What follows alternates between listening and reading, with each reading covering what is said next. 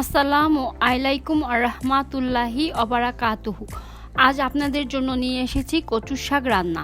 প্রথমে আমি কচুর শাকের কিছু উপকারিতা সম্পর্কে আপনাদের বলছি। কচুর শাকে প্রচুর পরিমাণ ভিটামিন সি রয়েছে। এতে থাকা অ্যান্টিঅক্সিডেন্ট ক্যান্সার প্রতিরোধ করে। গবেষণায় দেখা গেছে নিয়মিত কচুর শাক খেলে কোলন ক্যান্সার প্রতিরোধ করা যায়। আরেকটি গবেষণায় বলেছে কচুর শাক স্তন্য ক্যান্সার প্রতিরোধে দারুণ কার্যকরী। কচুর শাক হজম শক্তি বাড়াতে ভূমিকা রাখে।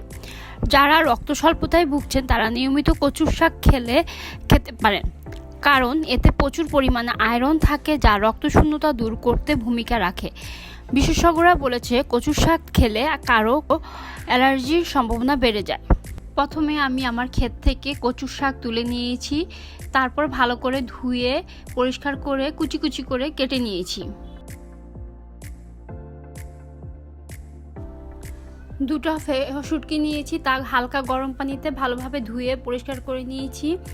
হাফ কাপ পরিমাণ শুটকি নিয়েছি, গুঁড়া চিংড়িগুলোকে ভালোভাবে টেলে ধুয়ে নিয়েছি।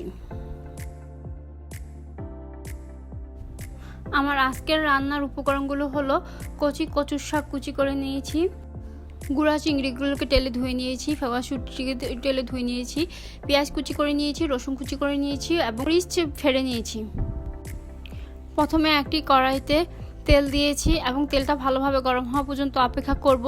তেলটা ভালোভাবে গরম হলে পেঁয়াজ কুচি ও রসুন কুচি দিয়ে লাল লাল করে ভালোভাবে ভেজে নিব। পেঁয়াজ রসুন লাল লাল করে ভাজা হলে 1 টেবিল চামচ পরিমাণ হলুদের গুঁড়া দিয়ে দিব এবং সামান্য আদা রসুন বাটা দিয়ে একটু ভেজে নিব।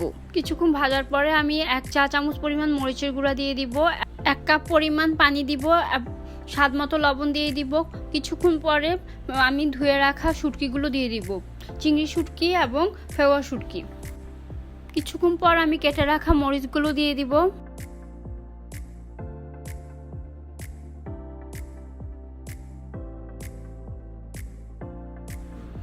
মশলাটা ভালোভাবে কষানো হলে নাড়তে নাড়তে ফেওয়া শুটকির কাঁটাটা আলাদা হয়ে যাবে।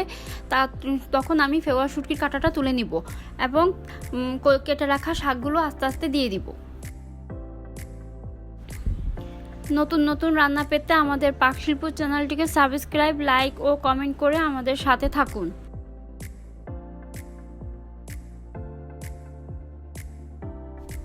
শাকটা হালকা ভাজা হলে আমি হাফ কাপ পরিমাণ পানি দিয়েছি, যেন কচুর শাকে গলা না চুলকায়, সেই জন্য আমি দেখাতে ভুলে গেছি। পানি শুকানোর আগ পর্যন্ত শাকটাকে ভালোভাবে নেড়ে নেড়ে পানিটাকে শুকাতে হবে। পানিটা শুকিয়ে গেছে এবং সুন্দর তেলের সাথে শাকটা মাখা মাখা হয়ে গেছে। তৈরি হয়ে গেছে আমাদের মজাদার কচুর শাক রান্না। গরম ভাতের সাথে এই কচুর শাক রান্না খেতে অনেক মজা।